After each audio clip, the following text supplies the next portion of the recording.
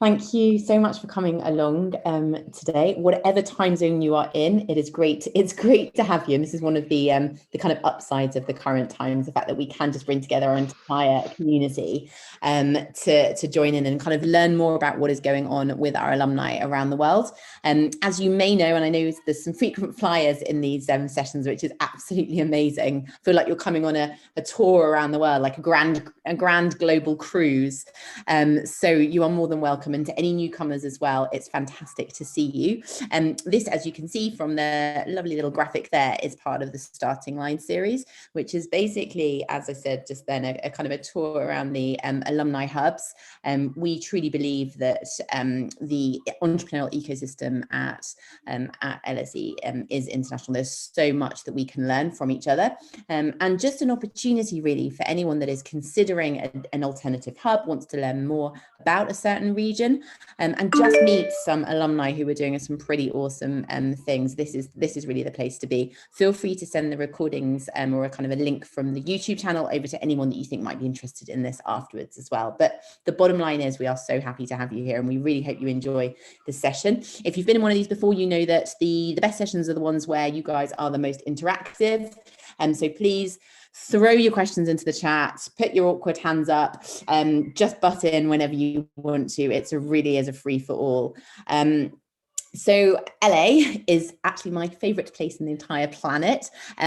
We actually went with a group of students, I think it must have been about 2-3 years ago now, to San Fran and LA. I know no one in San Fran calls it San Fran, so apologies there for anyone from San Fran. But I think, and I think it was obvious why, but the first part of that trek was in San Francisco, and there was a lot of excitement, a lot of buzz, and we had LA as the second part. And I just don't think that the group had ever considered LA as a kind of a place to build your startups, because the focus and where it all started was San Fran and Palo Alto. And then we arrived in LA, and it was the most jaw-dropping, inspirational part of the trek. It was absolutely fantastic. It really opened our eyes, especially around the kind of social impact scene as well.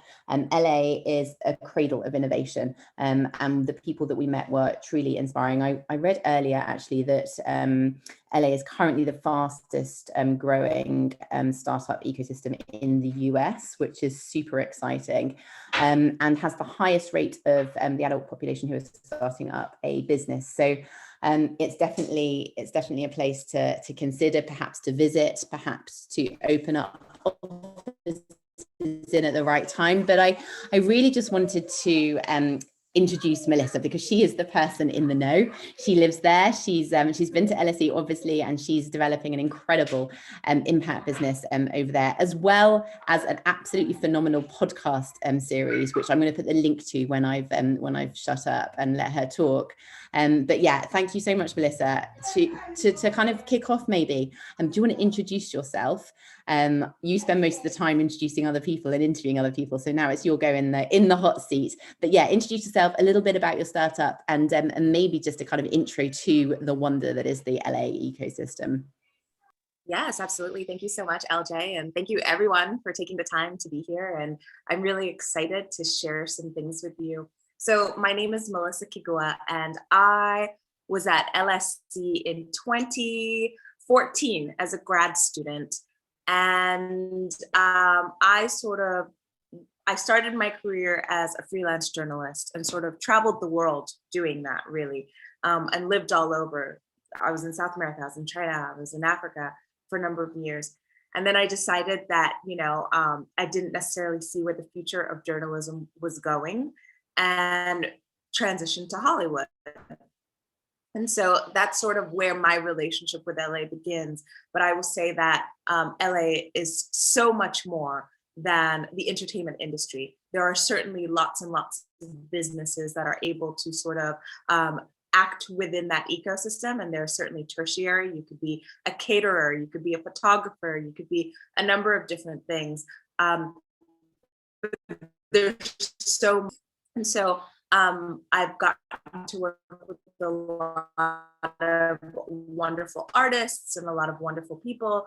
But right now I currently run a startup called Obánj, And Obánj is basically, if you know the model of Rent the Runway, it's Rent the Runway for designer jewelry. So it's a luxury sustainable company where our members are able to borrow high-end designer jewelry like Dior, YSL, Hermes for $29 a month. So we sort of sit within technology, we sit at the intersection of luxury, and sustainability is really the biggest piece there. And that also comes from my experience in terms of being in the entertainment industry. I always say women are always expected to look like this, but we're paid like this. And also upwardly mobile women should have more sustainable options as they sort of progress in their careers. So that's a little bit about me. Now, in terms of thinking through the ecosystem, as you mentioned, LJ, it really is really exciting, the sort of things that are sort of popping up in LA. And I mean, we could get into the sort of like accelerator space. We could talk about the local initiatives to really help entrepreneurs sort of get ahead. We can talk about the culture. People really want to know one another. People really want to help one another. I mean, I think it's in that competitive spirit where, you know, people are like, let's put ourselves on the map here. We do have San Francisco over there, which gets all the credit. Okay.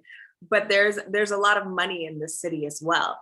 And so what does that look like to sort of pool those resources? And I'll say something that's interesting, at least to me and my sort of slice of life that I've gotten to live. I think it's really interesting the ways that people in the entertainment industry are also getting into impact. And so you can sort of, I'm just going to throw out some names and I can mention them later again. But there is the Atom Factory, which Troy Carter heads. Troy Carter is like a really big music manager. He's been a judge on Shark Tank a few times. But if you sort of look up the Atom Factory and what they're working on, they're really sort of involved with trying to fund ventures founded by women and people of color and the LGBT community. You can sort of see that there's a company called Grid 110, which is sponsored by the mayor and has a place right in downtown LA. And they are just sort of really exciting in terms of how they've been able to help businesses fundraise, how they've been able to help businesses get resources, and sort of incubate those sort of things. And so I have a whole list here and I can throw it in the chat as well, but there are a number of resources to sort of get plugged into and to learn about and to sort of find your way. It's there for you if you want to find it. That's brilliant. And what do you think is unique about the LA ecosystem? So, I mean, I have this idea of LA as the place that is kind of constantly reinventing itself, that has this kind of ambition to always aim higher. You've got this idea of where dreams are made. Do you think it's all part of that kind of contributes to this this growing startup ecosystem? Because those kind of things are the key traits that you require to really thrive in kind of the startup world.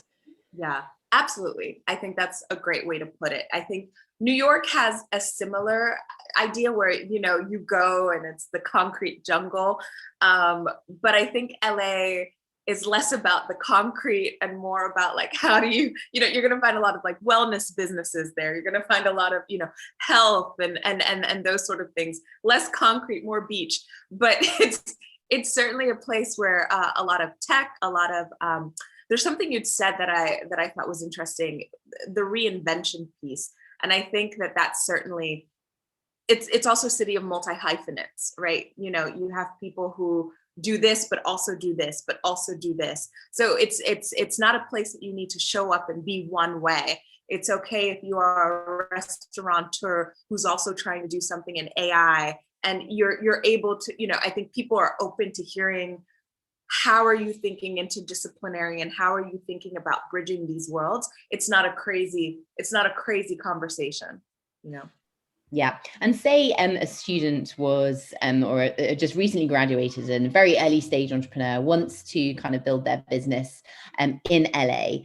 What is the best way to actually get started? If they didn't have a kind of a strong network, what are the kind of the ways in? I think that what I would recommend first and foremost is just getting on Google and looking up conferences and summits that are free. right? Or you can pay, but there are a lot of free resources to use. And so I would recommend that the first things first is like being out and networking, getting to know who is who.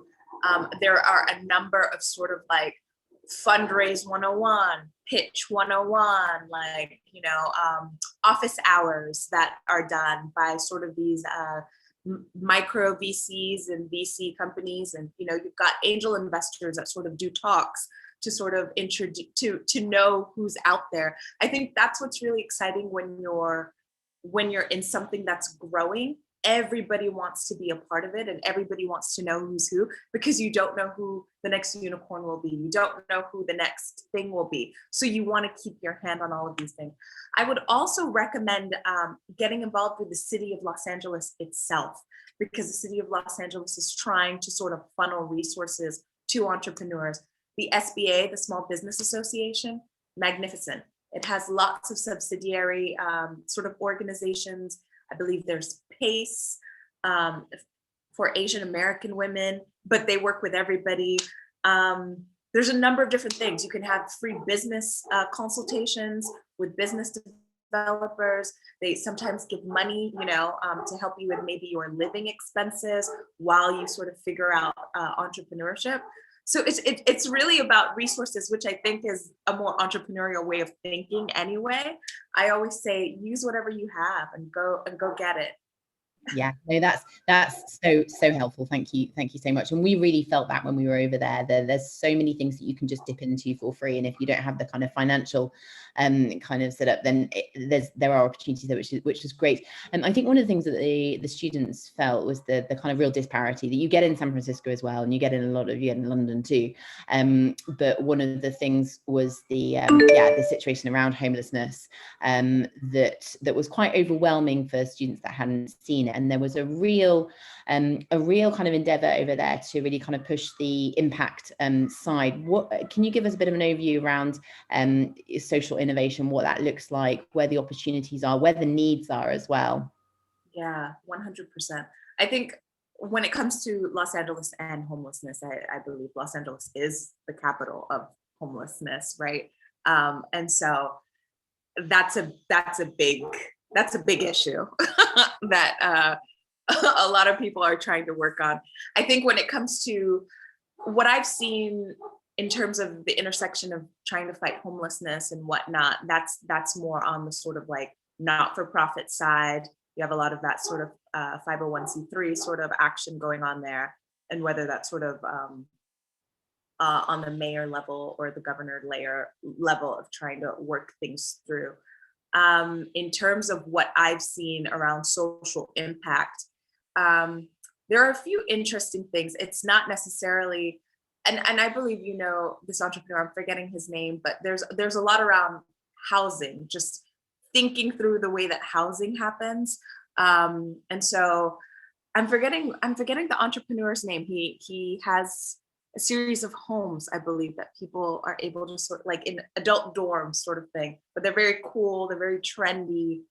I'm forgetting the name. Okay. I think it's another home.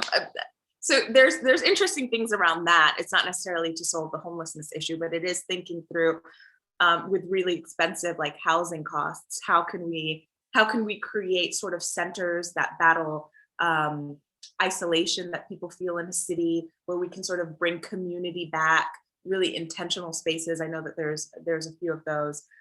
Social impact tends to be around specific like new majority groups. So, a lot of like Latino groups. You're going to see a lot of like women-led things. You're going to see things with the Asian American Pacific Islander community, LGBT founders. Like, I think that's sort of where people tend to focus when they think through, we're doing something socially impactful. We're thinking through how to build in these communities in this way. At least that's what I've seen. That distinction is really, really helpful. I am going to throw it out to the gang. Is there anyone who has any questions so far based on the comments that Melissa's made, or anything else that's on your minds?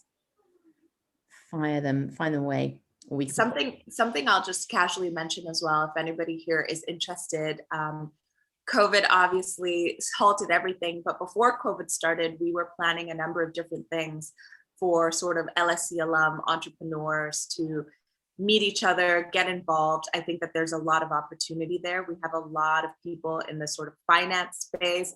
And I'm always like, how do we like circulate resources? It doesn't just have to be financial, but whether it's mentorship or whether it's, any sort of thing. And so we're going to be resuming that in the fall, where we sort of have events and lectures and talks and things like that. So if you would like to be on the mailing list for that, either you can shoot me an email, which is melissa.kiguwa, my last name, @gmail.com. And I can add you to that, or you can throw it in the chat here and I'll collect it before we end things. That's perfect. And we're planning, word on the street, COVID dependent, how many times do you say that in a day, to come over around November time and do a kind of a proper launch. It's been a long time coming, but it's up there on our priority list. So watch this space.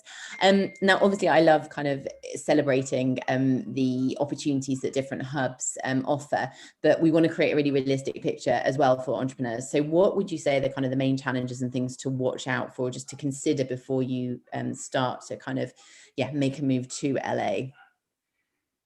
Before you make a move out to LA, well, I suppose or even as well, I'll just add to that as well, if you are there, and just to kind of be aware of, I mean, not to stop you going over there, but just the kind of the realistic picture and what you could expect. Yeah. Well, I think it depends where you are in your sort of financial career trajectory. If you are a student that's just finished and, you just finished school and you're coming with wide-eyed dreams, I think it can be really surprising how expensive it is. I think that contacts ends up being a really big thing, sort of trying to inoculate yourself in community as quickly as you can becomes really, really big. I think those two, it's sort of finding your place in the space and learning people, because it is a city where things tend to happen when you know people. And when you know people, doors open. I think things also can take a bit more time in LA than other places. Yeah. So you sort of want to factor in, you have a meeting with somebody today, and the cycle of when that might start actually providing you opportunity, it may be a little longer than in other places that are a bit more, Yeah. So you kind of just want to think through, are you positioned well? That's fantastic. Thank you. Sharon, hi. How large is the angel network ecosystem in LA? Is it more VC driven? So a question around the kind of investment world there. Good question. And I think this actually just pairs up really well with the last thing I was saying. I would say that if you just looked on the surface of things, it's certainly more VC driven. You're certainly dealing with people who sort of had high power careers and left to start their own firms, or are entrepreneurs and are starting things within the companies that they work with. And so certainly on the surface of things are more VC driven. If you're getting into an angel network, that's solely going to be on your relationships, right? That's solely going to be on the people that are able to connect you. And I think they are going to be community based. They are going to be around, like we do AI over here. So let me introduce you to these folks. We do, e-commerce, sort of like women first businesses, and that's over here. So that's something to think through too, is who are you connected to and who do they know? And is that the best space for you? And I say this personally within my own business. I think when I first started, I would go to like a lot of Chamber of Commerce meetings, sorts of things, which is great. You want to know people, but like guys talking about like foreign trade in India is not necessarily going to help me build brand loyalty, when I'm dealing with like young women who want to wear YSL and Chanel. And so it becomes really important to find your space, because once you've found your space, the world opens up and it makes so much more sense. I hopefully that answers your question, Sharon. Yes, it did. Thanks for that, Melissa. Perfect. But I have a list here of some things that you can maybe check out if you're just looking at places to get plugged in. I mentioned Grid 110. Techstars is in LA, and they do a really amazing job. There is Startup Grind. Albright is predominantly for women. It's a women's social group. You've got the Digital Summit. You've got something called Fire Pitch, not to be confused with Fire Festival, but it is spelt the same. So it's FYRE Pitch. Some interesting sort of like VCs to look into. There's Muse Capital. There's Atom Factory, Riot VC, Founder FNDR. So these are just some things to start looking into and see, go on their LinkedIn profiles of the managing directors and see who they're connected to, and sort of start making your own spreadsheet. I'd say that's another thing about LA. It's for the opportunistic. And so don't be afraid of sort of, cultivating your own luck. Brilliant. Thank you. And thanks again, Sharon, for the I'll get that list from you, Melissa, because that's a pretty good list. And I'll share that with everyone and pop it on our website under international chapters as well. We were talking, we're just about to launch our European hub in Lisbon, and one of the attractions there are the government incentives and the local kind of regional perks to being an entrepreneur. Do you know anything about the kind of the local opportunities or incentives or tax breaks or for early stage entrepreneurs that might be on offer in LA? Yeah, I'm not a good person to talk about tax breaks, but I know people who are, which is all you sort of need. So email me and I can connect. Melissa knows someone who can. But exactly. But what I will say is, I think when it comes to like perks and things that might be able to be subsidized and things that can sort of, I would definitely say that the Small Business Association is really great with some of those things, because they're plugged in, or they'll connect you to people who are plugged in. Great. That's fantastic. And then, sorry, I've got all the questions now, and half of these weren't on the email that I sent you, and I said I wouldn't send you any curveballs, so I'll try not to. I guess one of the questions that often comes up are the kind of the key sector trends as well. So obviously you've spoken about the kind of LGBT, women's rights, and the kind of those clusters, but in terms of actual sectors, do you see any areas that are kind of booming at the moment or emerging, and it's a good time, it's kind of first move advantage, time to jump in there? Yeah. I think for sure AI is exciting. I think wellness is exciting. I think healthcare is exciting.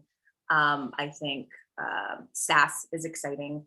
So yeah, I think that like when you're looking at sort of like what's booming and what's coming out, it tends to be, in those sort of places, especially. And I mean, it's also set up that, a lot of lifestyle businesses tend to do really well as well in LA, because that's sort of where you see this sort of like goop culture, right? Sort of Gwyneth Paltrow, like you can start with sort of having a blog and transitioning into product, and then transitioning it into like a sort of multi-tiered experience. So yeah, those tend to be really exciting. That's fantastic. Melissa, Ali's asking around, how does London compare to LA for you? You've mentioned that you weren't a fan of New York. How come? And then also, how did you feel when you took the first leap as an entrepreneur? Great questions. Don't diss London too much. We're all here. Yeah.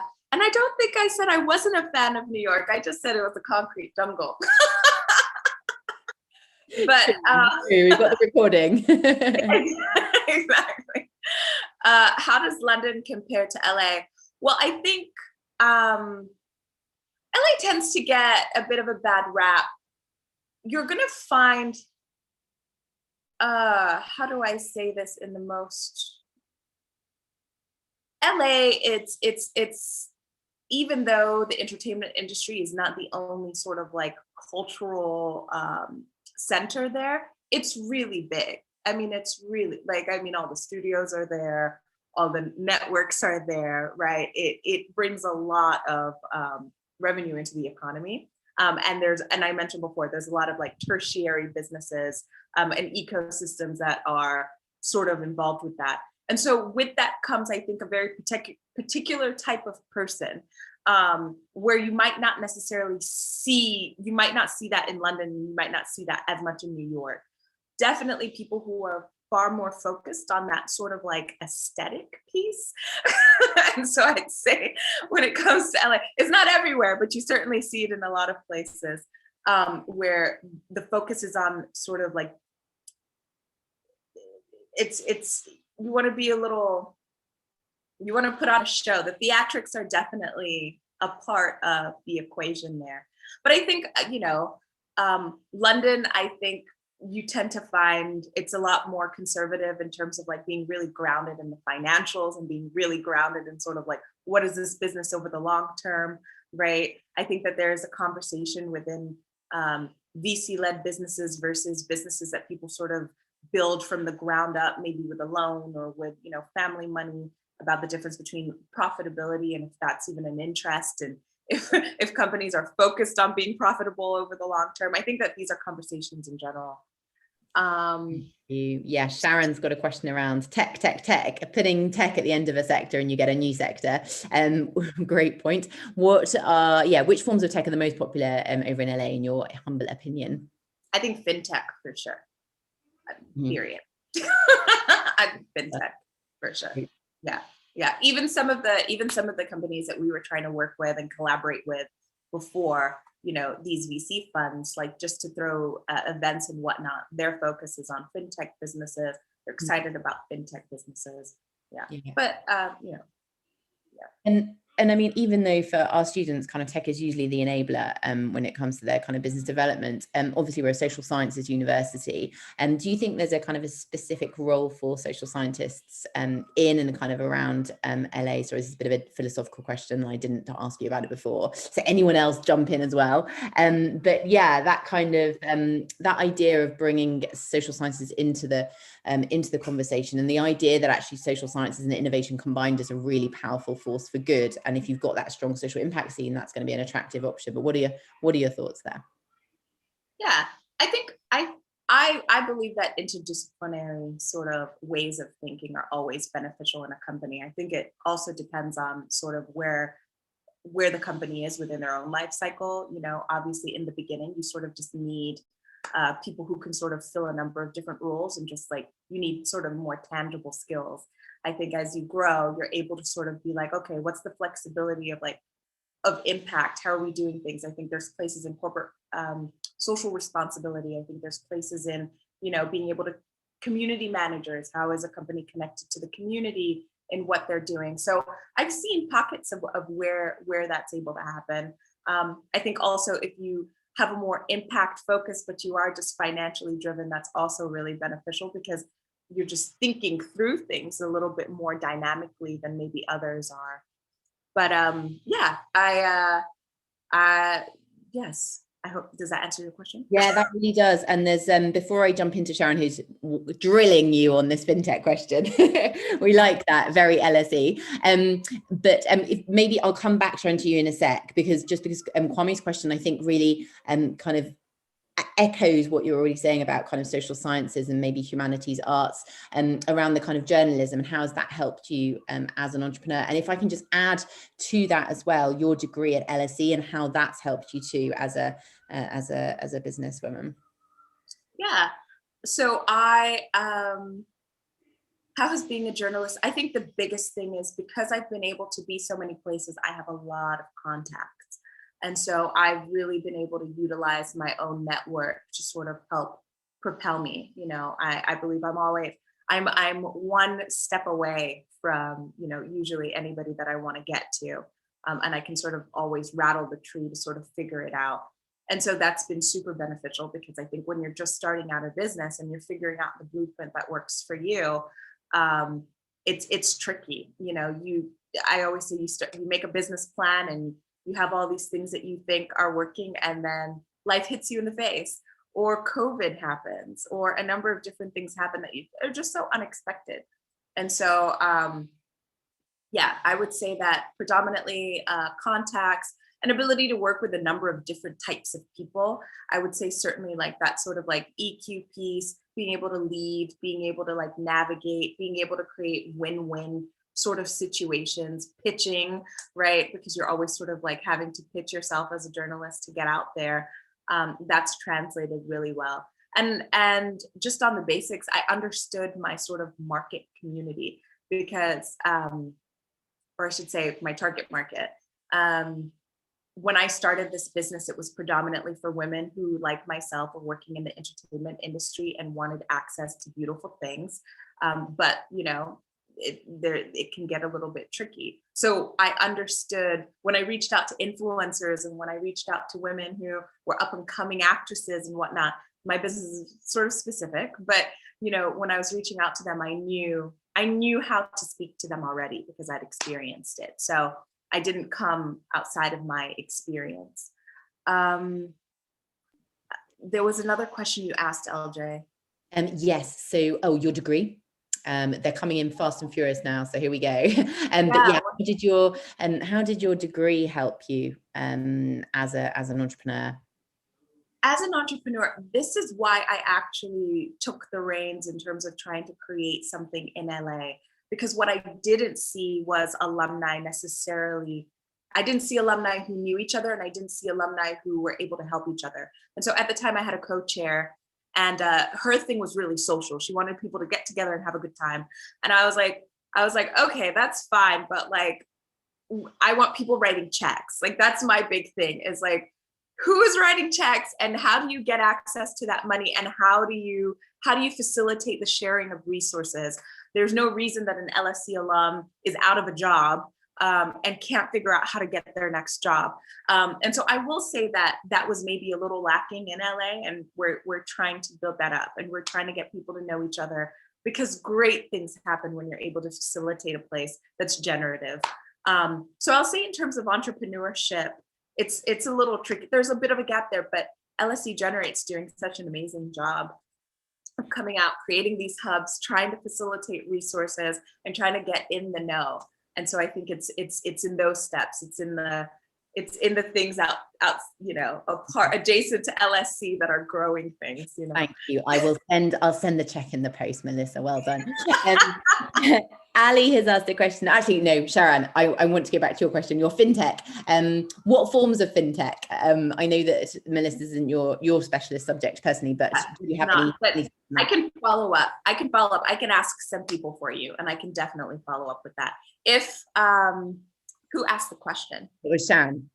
Sharon, if you can email me, melissa.kiguwa@gmail.com, I will get you all the things you want to know. Great. Within limits. I think this is like the wonderful power of like the LSE kind of community as well, to be able to kind of share these kind of things. And even if we don't know the answers, we can find someone who does. So that's fantastic. Ali, having lived in so many places, do you have any tips on building a useful and powerful global network? Yeah, it seems like such a key soft skill, but it's actually quite challenging as well. But Melissa, you are definitely the one to answer this one, I think. Yeah, I think there are a number of different things that you can do. I probably recommend, so this is an example that I'll give. I was at some event where there are a number of like key speakers, and I remember they had sat me next to two young women, and I was really surprised to hear that they hadn't sort of done their research to know who would be in the space. They didn't know. And in very like LA sort of fashion, they were just like, I'm going with the flow. I'm just like here. And I very much believe in curating your own experience. I think everyone here at LSE believes that too. So I recommend, first and foremost, like signing up for everything, going to all the events, going to conferences, going to things like that, figuring out like who's going to be there if it's possible to know that, go through those sort of like guest lists, see them on LinkedIn. Do you have any people in common? Are there places where you can connect? Send them a message beforehand. It's never good to like begin with an ask. I think it's good to create relationships and then build from there. I think that you never know how generative a relationship will be until you've sort of allowed it to span out over time. But, do check-ins. Most people are really excited to hear from you if you're doing really interesting things, and people will want to connect with you. Something, I started a podcast that is in alignment with, it's sponsored by LSE Generate.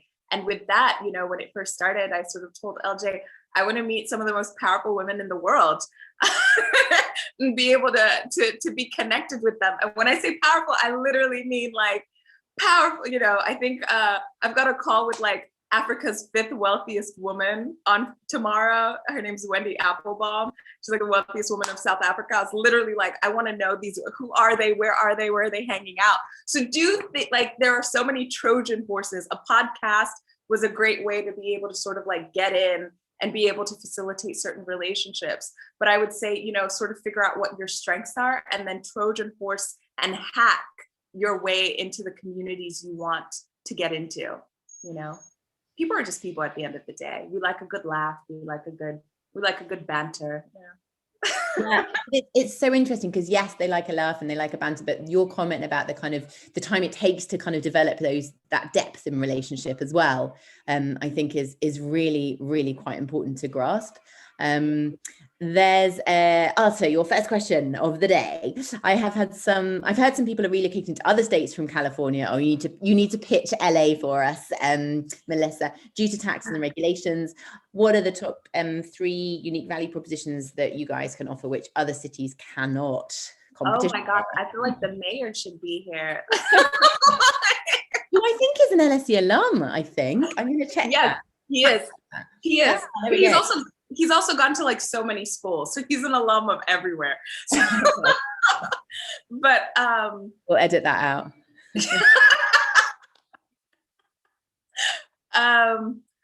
What do I say? I think it's industry specific. I think LA is fantastic if the sort of industries you're looking to get into are here, right? There are certainly other places you can go. Like, not that I'm pitching other places, but like right now, Austin, Texas is sort of popping in terms of like an entrepreneurial ecosystem. And there's a lot happening with like Intel in Arizona. And there's everywhere you go, it's really dependent on what you're trying to get into. And so I'd say the first unique value proposition is, if the industry that you want to be a part of is in LA, that's where you should be. The second thing about LA, I would say that if you're looking at the intersection of sort of like entertainment and other things, it's the place to be. If you want to be with the movers and shakers and you sort of want to be able to work within that, and the intersection of music, television, film, all those sorts of things, that's where you do it. And I think especially the intersection of folks who are sort of in the media landscape, but also are doing impact work, that is the sort of central place to do it. You have a lot of sort of quote unquote do-gooders. And the third thing, it's a little petty, but I'll say there's great food in LA. It's got a great food culture. I think we underestimate the food and the sunshine. Hello, like I think if you're an entrepreneur and you kind of live and breathe your business, like it really matters where you're based. And I don't think we should. I mean, it's sunny here, but it will be only for the next 3.2 minutes, and so like that is a massive advantage, I think. The fact you have your meetings outside, the fact you have that kind of exterior lifestyle has got to be good for the soul when the going gets tough, huh? It's certainly good for the soul, but like it's expensive for the soul too. So it just depends. Depends how much you value that. Exactly. Well, you all beat unicorns in no time, so it'll all be fine. Sarah, another great question. As an entrepreneur, what have your takeaways been from the last kind of 18 or so months? And have there been any pivots that you've had to make? Great question. Yeah, for sure. Unbelievably so. I mean, I work in the fashion rental space. So it took a big hit last year. I say this all the time. I saw the companies that I sort of wanted to emulate. There's Rent the Runway, there's La Tote. I saw them sort of just like buckle at the knees when it came to last year. But what it really did was it allowed me to get really close to my consumer, and it allowed me to create, to really understand what the sort of value is for them. And so even this year, as we sort of like see the boom happening in the world opening Q3, Q4, it's really exciting to sort of see how excited people are and just to sort of ride that wave. And, whereas if you wanted to speak to a VC last year about rentals, it just was not a conversation that could be had. And now, it's everywhere. And so people are definitely like, can we take a meeting? Can we talk? so that's really exciting. What was the other part of the takeaways from COVID? I think you mentioned the kind of pivots as well, but any other takeaways? Yeah, I think that, I mean, it's grit, it's persistence, it's a lot. It's a lot of things. I think that what I've sort of recognized within the entrepreneurial journey is, one, there is nothing that sort of like having runway. I think that companies that have been able to sort of survive are companies that have had financial runway. And so really, you know, sometimes when you're starting something, it's less like, yes, you financially plan and you do all these things, but it can be the sort of like, okay, like we're going to make this happen no matter what. And I think that sort of what we saw the last 18 months is really how important it becomes to be able to get the finances down and be able to get into the tax brass of what do you need to cut, who do you need to cut, what sort of becomes central, you know, and essential to both the business, but yourself in terms of making it continue.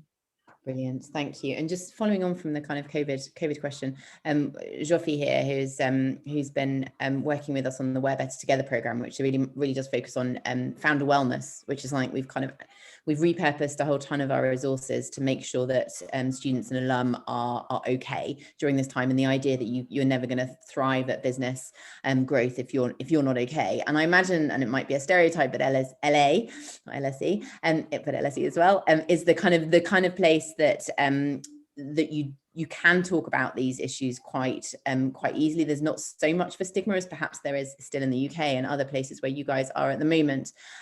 So I guess I wanted to ask if that was true, or just stereotype. And then also, how do you look after yourself as well? I'd love to hear that. Oh, good question.